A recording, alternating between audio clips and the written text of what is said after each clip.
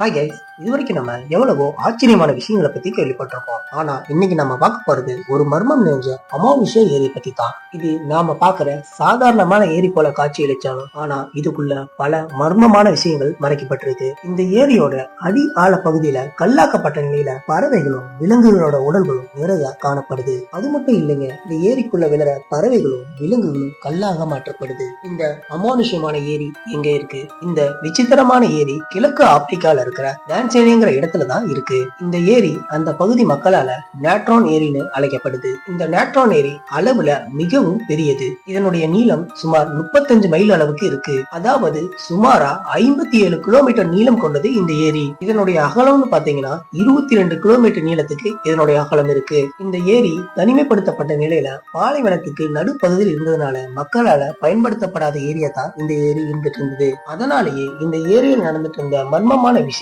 இந்த உலகத்துக்கு பல நூற்றாண்டுகளா தெரியாமலே இருந்தது. இந்த ஏரிக்குள்ள விழுற விலங்குகளும் பறவைகளும் உயிரிழந்து கல்லா மாற்றப்படுதுங்கிற விஷயமே பல நூற்றாண்டுகளா யாருக்கும் தெரியாம தான் இருந்தது. 2012ஆம் வருடத்துக்கு மேலதான் இந்த விஷயமே எல்லோருக்கும் வெளியே தெரிய ஆரம்பிச்சது.